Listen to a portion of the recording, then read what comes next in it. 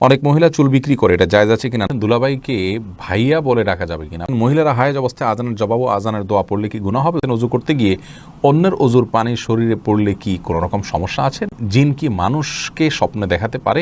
একা নামাজ পড়লে কি আজান দিতে হবে? সন্তান হিজড়া না হওয়ার জন্য কি বাবা মায়ের কোনো আমল আছে কোরআন সুন্নায়? গোপনাঙ্গ হাত দিলে কি অজু যাবে? চোখে আলগা পাপড়ি লাগানো যাবে কি না? বড় ভাইয়ের আগে বিয়ে করা যাবে কি না? রোজা অবস্থায় ঠোঁটে ভেজলিন দেয়া যাবে কিনা? বিবস্ত্র হয়ে গোসল করা যাবে কিনা? অজু অবস্থায় বাচ্চাকে দুধ পান করালে কি অজু ভেঙে যাবে? কোনো কিছু কুড়িয়ে পেলে করণীয় কি? নর্মাল বেবি হওয়ার জন্য কোনো দোয়া আছে কিনা? আর চেয়ারে বসে নামাজ পড়লে কি নামাজ হবে? শারীরিক অসুস্থতার জন্য বালিশের উপরে সেজদা দেওয়া যাবে কিনা? শাড়ি পরে নামাজ হবে না, কথাটা কতটুকু সত্য? আর দেরি না করে আমরা তাহলে শুরু করছি মূল পর্ব আমাদের প্রশ্নোত্তরের। রত্না আফরোজ আপনি জানতে চেয়েছেন শারীরিক অসুস্থতার জন্য বালিশের উপরে সেজদা দেওয়া যাবে কিনা? বালিশের উপরে কেন সেজদা দিতে যাবেন? আপনি রুকু সেজদা যদি স্বাভাবিকভাবে দিতে না পারেন তাহলে ইশারা করে দিলেই হবে। পাশে বালিশ বা কোনো কিছুর উপরে দেওয়ার বিশেষ কোনো কারণ নাই। আপনি ভূমিতে, জমিনে, ফ্লোরে সেজদা যদি দেওয়ার মতো অবস্থা না থাকে, চোখের সমস্যা বা অন্য কোনো অসুবিধা, অপারেশন ইত্যাদি হয়ে থাকে, তাহলে আপনি ইশারায় রুকু করবেন আর ইশারায় সেজদা করবেন, যতটুকু সম্ভব সেজদা নিয়াতে উপর হবেন এবং সেটা সেজদা হিসাবে গণ্য হবে ইনশাআল্লাহ তাআলা। মিতা নাহিদা বোন আপনি জানতে চেয়েছেন নর্মাল বেবি হওয়ার জন্য কোনো দোয়া আছে কি না? বিশেষ কোনো দোয়া নাই, তবে আল্লাহর রাব্বুল আলামিনের কাছে গর্ভাবস্থা আল্লাহর কাছে দোয়া করবেন সাধারণভাবে, আল্লাহ আপনি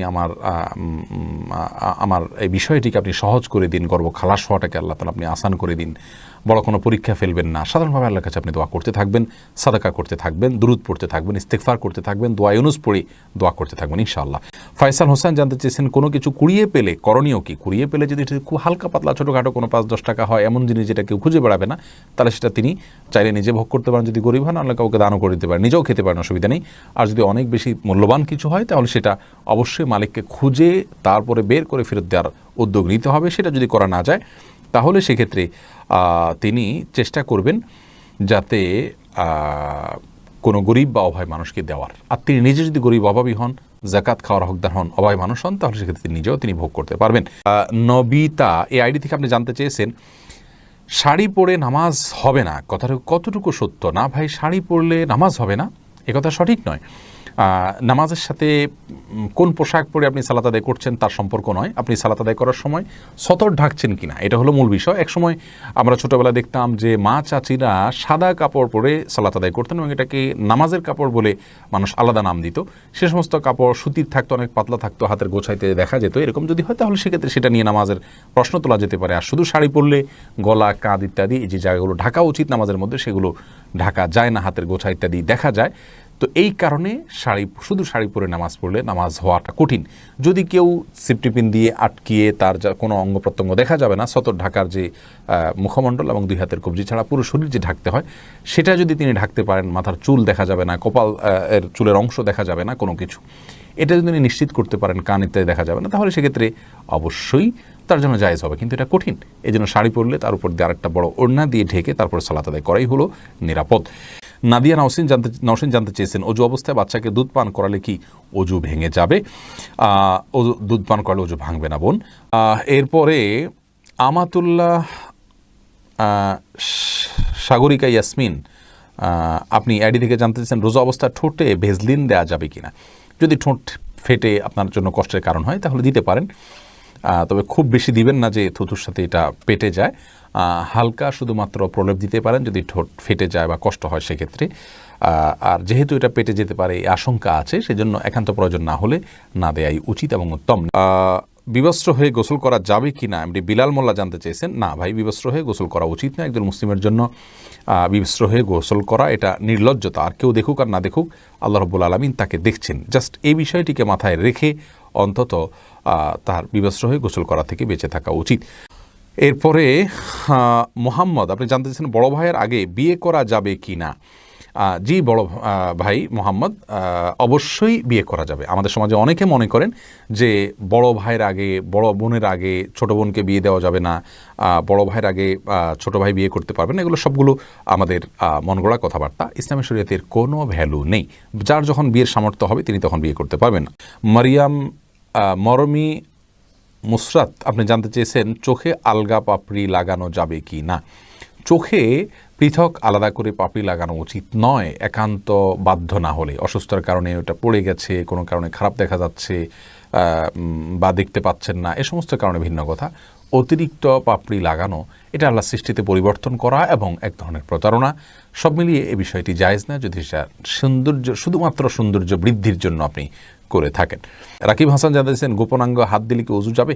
এটা নিয়ে ফোকাহে কেরামের মতো পার্থক্য রয়েছে। ইমাম আবু হানিফার রহমাতুল্লাহ মতে উজু যাবে না, অন্য ইমামদের অনেকে বলেছেন উজু যাবে। মারজান ইসলাম জানতেছেন সন্তান হিজড়া না হওয়ার জন্য কি বাবা মায়ের কোনো আমল আছে কোরআন সুন্নাহ? বিশেষ কোনো আমল নেই, তবে হ্যাঁ, সন্তান যেন নেক হয়, চক্ষু শীতলকারী হয়, সেজন্য আগে থেকে দোয়া করবেন। সূরা ফুরকান আয়াত নম্বর ৭৪ এবং অন্যান্য দোয়াগুলো বেশি বেশি পড়বেন। ইনশাআল্লাহ আল্লাহ তাআলা এমন সন্তান দিবেন যে সন্তান আপনার আমার চোখকে জুড়াবে। এরপরে নাজমিন নাহান নিতু জানতেছেন চুন এবং সুপারি দিয়ে পান খাওয়া কি হারাম? প্রথম কথা হলো যে সুপারি খুবই ক্ষতিকর এবং ইতিমধ্যে আমরা জানি এটাকে গুপ্তঘাতক বা বিষ বলা হয়েছে, বিভিন্ন গণমাধ্যমে উঠে এসছে, গবেষকরা এরকম জানিয়েছেন। তো যে জিনিস স্বাস্থ্যের জন্য ক্ষতিকর সেটা খাওয়া জায়েজ নেই। আল্লাহ রাব্বুল আলামিন বলেছেন লা তুলকু বিয়াইদিকুম ইলা তাহলুকা, তোমরা নিজেদেরকে ধ্বংসের দিকে ঠেলে দিও না। যে জিনিসটি খেলে আপনার আমার ক্ষতি হবে আমরা জানি, প্রত্যক্ষভাবে সেই জিনিসটি খাওয়া আমাদের জন্য জায়েজ নেই। পরোক্ষ ক্ষতি অনেক কিছুরই রয়েছে, সেগুলো কথা ভিন্ন কথা। তারপরে যদি কেউ আপনার জর্দাটা না খায় তাহলে সরাসরি সেটাকে গুনাহ বলা কঠিন। তবে জর্দার মধ্যে আবার মিষ্টি জর্দা যেটা, সেটা খেতে পারেন। আর যেটা তামাক রয়েছে সেটা সরাসরি খাওয়া এটা জায়েজ থাকার কোনো কারণ হতে পারে না। তাসফির আহমেদ রাব্বি জানতেছেন একা নামাজ পড়লে কি আজান দিতে হবে? একা নামাজ পড়লে আজান দিতে হবে না, তবে একামত দিয়ে জামাতের উদ্দেশ্যে যে আর কেউ যদি যুক্ত হয় তাহলে যুক্ত হতে পারে। এটার জন্য বলে দেওয়া এভাবে করা উত্তম। আমি যদি পেশাব করি তখন পেশাব ক্লিয়ার করার পরেও আমার পেশাব ১ বা ২ ফোঁটা পড়ে যায়, সেক্ষেত্রে আমার অজু এবং নামাজে বেশি সমস্যা হচ্ছে বেশ কিছুদিন ধরে, এ থেকে পরিত্রাণের উপায় বললে আমি খুবই উপকৃত হতাম।